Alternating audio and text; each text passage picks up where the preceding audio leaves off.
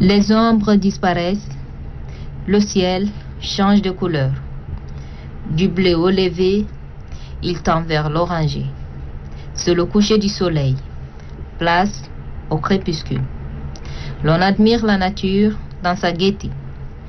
Sur le trajet, ce sont des palmiers qui plantent le décor à l'entrée. Nous sommes à Amsilep, une localité fondée en 1912 selon ses patriarches et érigée en sous-préfecture en 2003. Au paysage traditionnel, Amsilep est situé à 45 km à l'est de Moussourou, une localité dans laquelle vivent près de 1000 âmes en parfaite harmonie. Amsilep tire son nom du courage de sa population laborieuse et travailleuse à la hanche serrée. De le premier chant de coq, la population est debout et à l'ouvrage. Et les exercices de la journée commencent. L'agriculture, l'élevage et le commerce sont des activités quotidiennes de la population constituée des Arabes, Goran, Wadaï et Kanemou. Les habitants se servent des forages disposés dans quelques sites à quelques mètres de certaines habitations pour s'alimenter en eau potable. Courageuse, laborieuse, la population vit de la culture maraîchère. Le sol fertile fait germer toutes sortes de graines sémées. Dans les wadis, on cultive presque tout. Fruits, légumes, tubercules, céréales. Et d'ici sont ravitaillés non seulement les villages environnants, mais aussi certaines grandes villes. La sous-préfecture d'Amsilep est une circonscription administrative placée sous la coupe du département de Bahr el Ghazal Sud, province de Bahr el Ghazal. La sous-préfecture d'Amsilep a une superficie estimée à 200 km². Elle est limitée au nord par la sous-préfecture rurale de Moussourou, au sud par la province de Hadjar Lamis, à l'est par la sous-préfecture de Mandjoura et la province de Bata. Elle est limitée également à l'ouest par la sous-préfecture de Fizigui. Sa population est estimée à plus de 22 000 habitants, répartis dans 123 villages regroupés en 3 cantons, notamment le canton Gourda, le canton Djarma et le canton Koutra. Nous avons le commerce, nous avons l'élevage, nous pratiquons également de l'artisanat, mais cela n'est pas assez développé. La circonscription d'Amsilep, s'il faut remonter d'abord à l'histoire administrative de ce village, elle a été fondée en 1912 par un colon, avant d'être érigée en sous-préfecture en 2003. Une terre très fertile, mais menacée par l'avancée du désert. Amsilep dispose d'un marché hebdomadaire qui est un carrefour entre les villages et les cités environnantes. En ce jour, lundi, les mouvements sont multipliés. L'ambiance est différente de celle ordinaire. C'est le jour du marché.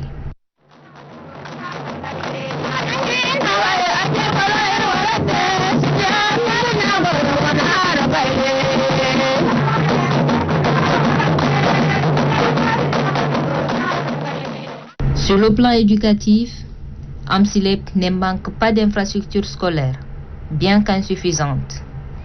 La belle surprise, le taux de scolarisation des filles.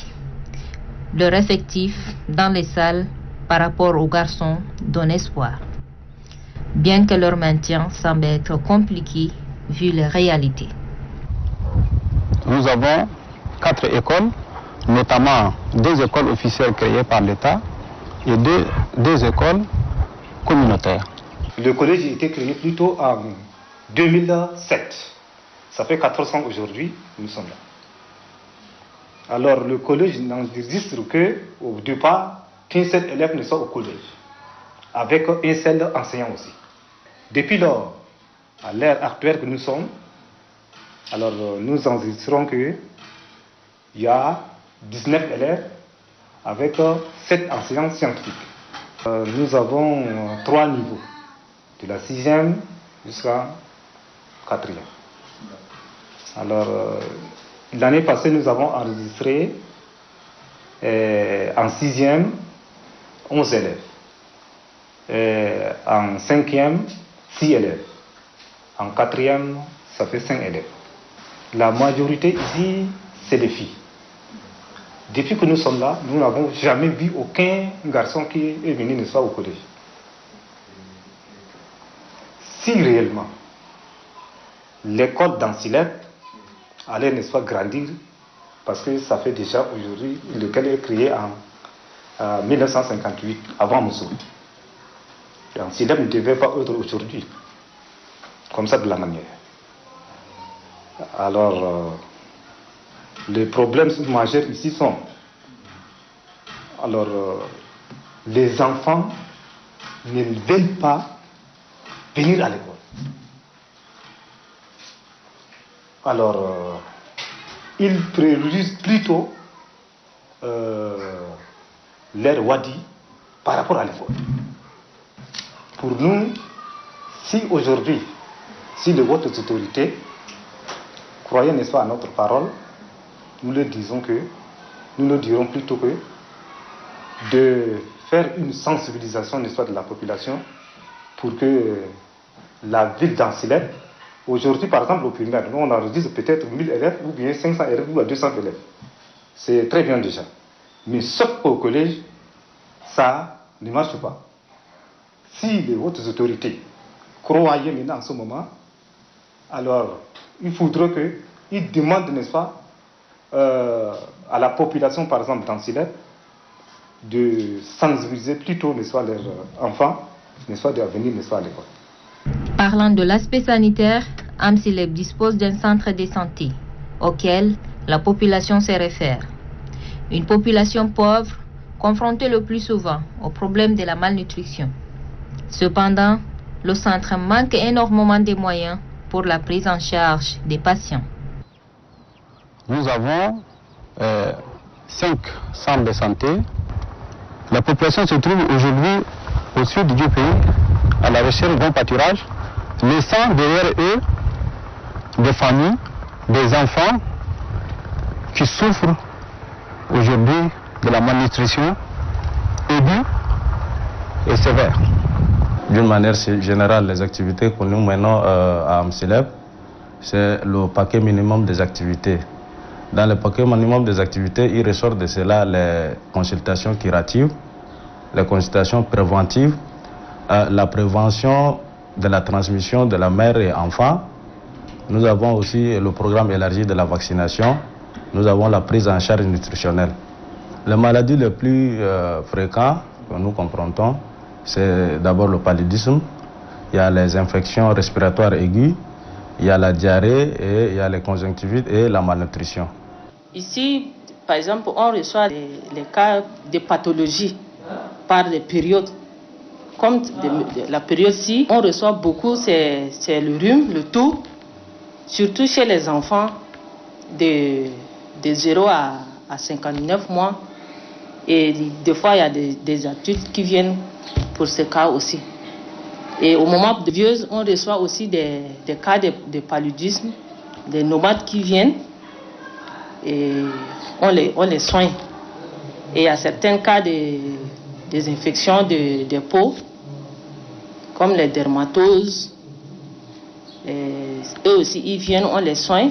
Il y a les cas de morsures, du serpent, du scorpion. Si c'est le cas de morsure du serpent, on fait les premiers soins, après on les évacue à l'hôpital district de Moussoro. En ce qui concerne la santé maternelle, néonatale et infantile, la bataille pour les consultations prénatales est loin d'être gagnée dans cette zone. Les femmes ne fréquentent plus les centres de santé. Si elles le font, c'est alors en phase terminale critique. La faible fréquentation du centre par rapport sur les femmes enceintes est due à l'insuffisance de la sensibilisation. C'est d'abord nous et les autorités administratives qui devons mettre sur pied la sensibilisation village par village pour pouvoir permettre aux femmes de donner l'importance à la CPN et à la vaccination contre le tétanos pendant leur grossesse. Nos difficultés ici, il y a les femmes qui ne viennent même pas à la consultation prénatale. On les sensibilise, venez à l'hôpital, vous allez faire consulter. Il y a une sage-femme qui est là, elle va vous faire consulter. Des accouchements, venez à l'hôpital, faire vous accoucher à l'hôpital. Elles ne vont pas venir. Et quand tu vas les voir venir à l'hôpital, c'est venir avec des cas de complications. Des fois, il y a rétention du placenta. Des fois, il y a l'autre, il y a des complications du postpartum. Ça, c'est après l'accouchement. 3 jours après, la femme vient avec des douleurs intenses. Tout ça, on les prend en charge ici. Donc, pour ça, on fait beaucoup de sensibilisation, mais ils ne viennent pas. Administrativement parlant, AMSELEP fait face à d'énormes difficultés dans différents domaines. D'où il faut conjuguer les efforts pour répondre aux attentes de sa population. La difficulté d'abord en première position est liée aux produits de gratuité non disponibles. Deuxième aspect, c'est le rupture des intrants pour la prise en charge nutritionnelle. Troisième aspect, on peut énumérer comme disponibilité des produits pour la prise en charge de paludisme au moment opportun entre juin et octobre. Normalement, on doit nous disponibiliser à temps les produits là pour faire face à ces pathologies, mais cela ne se fait pas à temps comme il le faut. Nous demandons aux autorités et aux partenaires de doter les centres en matériel biomédical et les produits de gratuité et de renforcer les personnels qualifiés. Nous allons les demander de disponibiliser aussi les intrants de la prise en charge nutritionnelle, doter le centre en moyens roulants pour les activités en stratégie avancée. Les problèmes que nous rencontrons viennent généralement des individus qui se trouvent depuis la capitale N'Djamena et qui instrumentalisent négativement la population. Et là, nous avons interpellé les autorités hiérarchiques au plus haut de la province pour que ce genre de comportement essaie de s'arrêter. Nous avons une population pacifique. Le problème majeur, c'est la pauvreté. Nous tenons à chaque fois les réunions de renforcement des capacités pour amener la population à comprendre le bienfait de l'école, laisser les enfants aller à l'école. Nous avons fait des plaidoyers aux plus hautes autorités de la République afin de nous doter des enseignants s'il s'agit des écoles. Les centres de santé, il faut que l'État nous envoie également, par exemple, un médecin pédiatre, pour que s'il n'y a pas un médecin pédiatre, la vie de nos enfants sont en danger. Et donc, il faut envoyer des personnels, renforcer les personnels en matériel logistique également. Et donc, nous avons tous ces problèmes que la liste vraiment est exhaustive. C'est les parents qui ne sont pas sensibilisés et motivés pour envoyer les enfants de plus sur l'école. Et ce dernier temps, il y avait même les recommandations des enseignants. Le directeur a avisé maintenant le parent d'élèves pour qu'il y ait au moins une petite cotisation. Et cela va renforcer maintenant la capacité des enseignants pour venir. Maintenant, chacun doit avoir une classe à sa tête pour dispenser le cours. Mais jusqu'à là, rien n'a été fait. Donc, il fallait au moins toucher les AEP nos parents ici du village. Pour qu'il y ait une réunion, il faut qu'il y ait une forte sensibilisation, une conscientisation normale pour que tout le monde doit être conscient pour s'adhérer maintenant, pour envoyer maintenant les enfants vers l'école. Et cela va être maintenant le futur cadre du pays. Donc il faut qu'il y ait cette idée-là. On va le pousser à le faire, Inch'Allah, par la grâce de Dieu. Le conseil que je dois donner aux ressortissants d'Amsileb, c'est de retrouver un groupement en famille pour voir maintenant, on dit, il y a un adage qui dit, les linges sales se lavent toujours en famille. Il faut qu'ils se regroupent pour voir en tronc commun toutes les problématiques existantes dans la localité. Ils doivent quand même faire face à ça pour relever les défis. En termes d'éducation, bon, en fait, Dieu merci, l'établissement est là.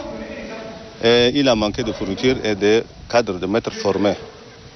Parce que quand on est éloigné dans un village, les conditions ne sont pas réunies, ce qui fait que maintenant les maîtres, les enseignants ne doivent pas être vraiment motivés.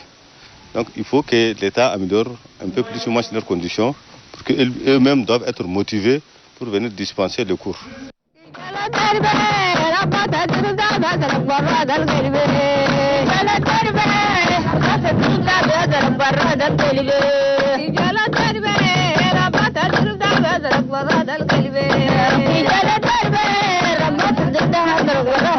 Thank you.